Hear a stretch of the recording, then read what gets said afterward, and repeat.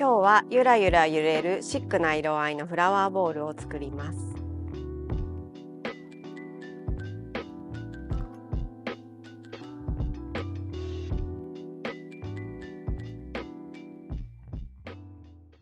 この球体のフローラルフォームに360度お花を入れて作っていきます。はじめに吊るすところを作りたいので、24番のワイヤーを半分ぐらいのところで丸めて輪っかを作ります。それをフォームに通します。下から2本出てきたところ、余ったところは3センチぐらいのところでカットしまして、下側にボンドをつけてフォームの中にワイヤーは差し込みます。このワイヤーのループのところにお好きな紐やリボンなどを結びつけます。こんな感じです。これをスタンドに吊るして作り始めます。今日はバラがメインになってくるんですけれども、今日のバラは結構高さがあるので茎を短めにカットして刺していきます。今このフォームは7センチのボールなんですけど、だいたい仕上がりが倍ぐらいのサイズになると思ってください。バラのこの高さがあるので、フォームの中に茎が 1、2センチ入るぐらいのところでカットします。ボンドを茎の下側につけてフォームに刺していきます。この時カーブに沿って90度になるようにお花を入れていくと、自然に全体が球体に仕上がるようになってきます。隣り合わせに全部詰めて入れるのではなくて、対角線上にお花を散らすようにしてくるくると回しながら入れていきます。こんな感じでバラが入りました。大きめの花材から入れていきたいので、硫化デンドロンだったりエリンジウムなど形の大きめのものを最初に入れていきます。下に葉っぱがあるようなものは下の葉っぱの部分は少し落とすと茎が見えるので刺しやすいと思います。で、今何も花が入っていないこの一番大きく開いているところから埋めるような形にして、バラとだいたい高さを合わせるような感じにして入れていきます。大きく開いているところを探しながら、こちらはブルーの色が綺麗なエリンジウムですね。この大きめのお花を入れていくだけで、なんとなく球の形がイメージできるようになってくると先に進みやすいかなと思います。あとラムズイヤーも、ここのトップの部分が結構大きいので、こちらも入れていきます。葉っぱの部分がこう枝分かれしているところ、下も使えそうでしたら使いたいと思いますので、葉っぱの生えているところの上をカットして貼っていきます。少し茎が柔らかいところもあると思うので、茎の部分をそっと持って刺すといいかなと思います。ラムズイヤーはすごい柔らかなイメージが出て可愛らしいと思います。今ここまでは一つ一つの形がはっきり形のあるものを入れていったので、サイズを調整することができない花材なんですけど、そういうのを先に入れた方がバランスが取りやすいので、それを先に入れました。ここから入れるものはオレガノとかは小さく分けながら入れていくことができるんですけれども、こんな感じで一つ一つカットして、また大きく開いているところを埋めるような形で入れていきます。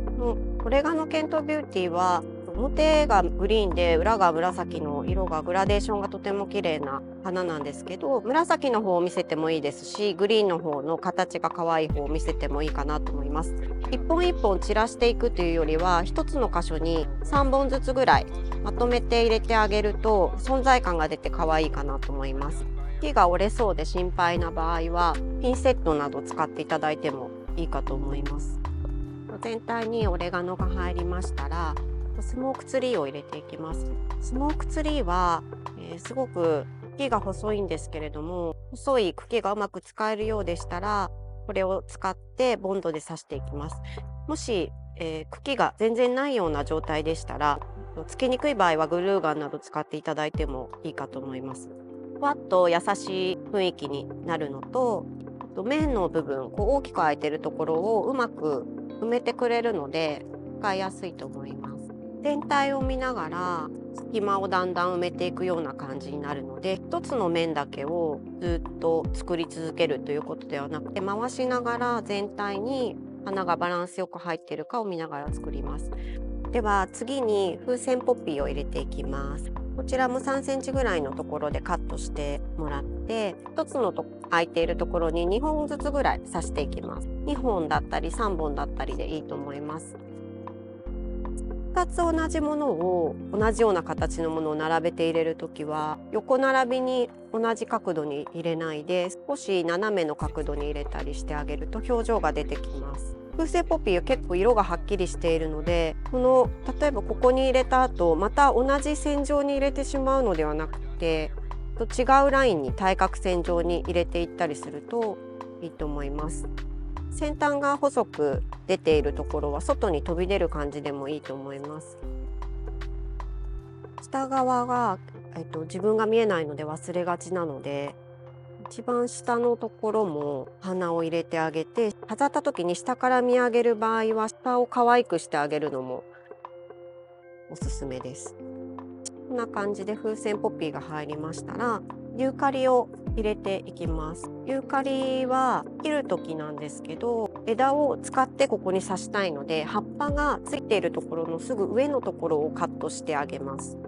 長さは葉っぱの長さにもよるんですけど、今入っているお花よりも少し外に飛び出るかなっていうぐらいでいいと思います。この葉っぱだったら2段分ぐらい、大きいところだったら1段分ぐらいを使います。お花が入っているところ、色があるところの間にグリーンが入ると引き締まって見えてきます。特にバラの横などはグリーンが入るといいと思います。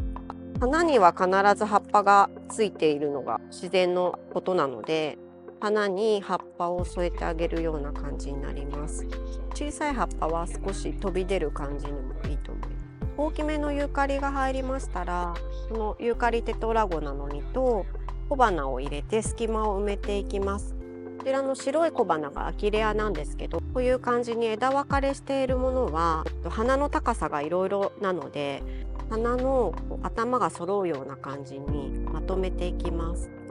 あんまり小さい1本とかで刺してもほとんど目立たなくなってしまうので、まとめてあげて、まとめてからハサミで切ります。まとめたままボンドをつけて、左手を離さないようにしたまま刺すと刺せます。うまく刺せない場合はワイヤーをつけてもいいと思います。同じ高さに同じ花が集まりすぎないように、入ってないところの場所を探しながら入れていきます。紫のこのアゲラタムもアキレアと同じような感じで、少しずつ頭の部分を集めて同じようにして左手で持ったまままとめた状態でボンドをつけて刺しますと、色があまりないところに紫も入れてあげると綺麗かなと思います。必ず茎の部分を親指と人差し指や親指と中指で押さえた状態で持って刺すといいと思います。その方が力が入れやすいです。で、反対側も間があまり開かなくなってきてるんですけど、少し隙間を見つけて反対側の手でボールを支えながら押す感じにして刺します。では次にユーカリのテトラゴナの実を入れていきます。こちらはだいたい3つずつぐらいに枝分かれしているので、カットしてこんな感じなんですけど、アクセントになってとても可愛い花材です。こちらは短いのでワイヤリングをしていきます。24番のワイヤーか22番のワイヤー半分に切って半分ぐらいのところで折り曲げてあげます。枝分かれしているところに通して巻いていきます。3回ぐらい茎とワイヤーに巻きつけたら、あと残りのワイヤー2本をねじって1本にします。このままだと長いので、同じようにやはり 2、3 センチぐらい残した状態でカットして、それを刺していきます。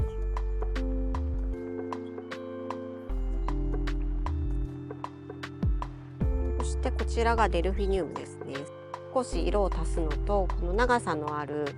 お花を入れて動きを少しずつ出していきます。今だいたいこの外周が揃ってる形になってるんですが、これまん丸でもいいんですけど、少し細長い花材を入れて動きを出してあげると軽やかなイメージになってきて、飾った時に可愛いと思います。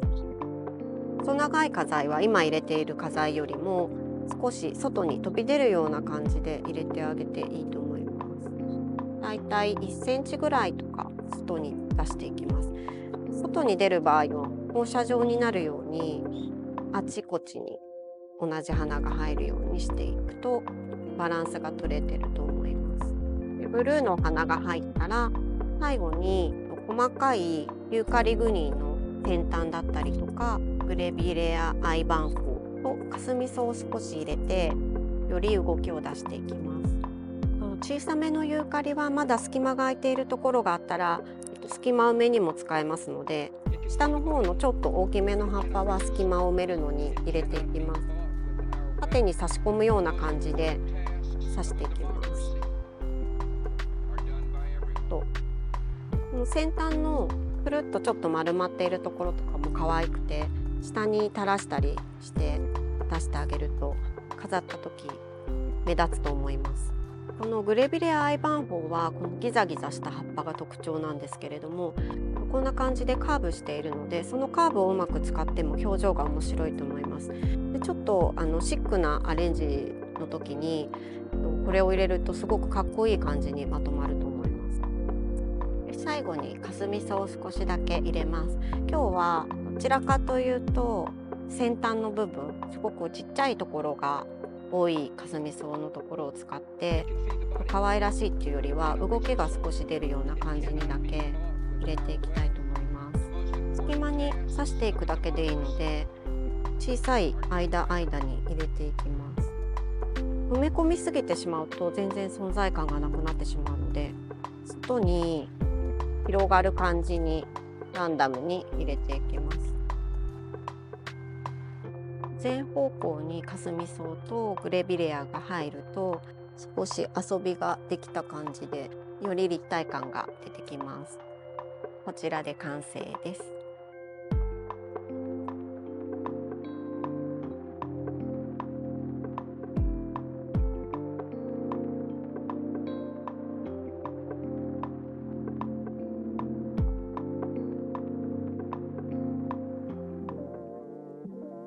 10年以上前に清里にあるペンションに泊まった時に、そこに飾ってあるドライフラワーがとても洗練されたアレンジで素敵だったんですけれども、そこで小さなリースを作る体験をしました。そのリース作りの体験を覚えていて、自分でも作れたらいいなと思ってドライフラワーを習い始めたのがきっかけです。ドライフラワーの優しい色合いだったりとか懐かしいような落ち着く香りに惹かれて、それからずっとドライフラワーが好きで続けています。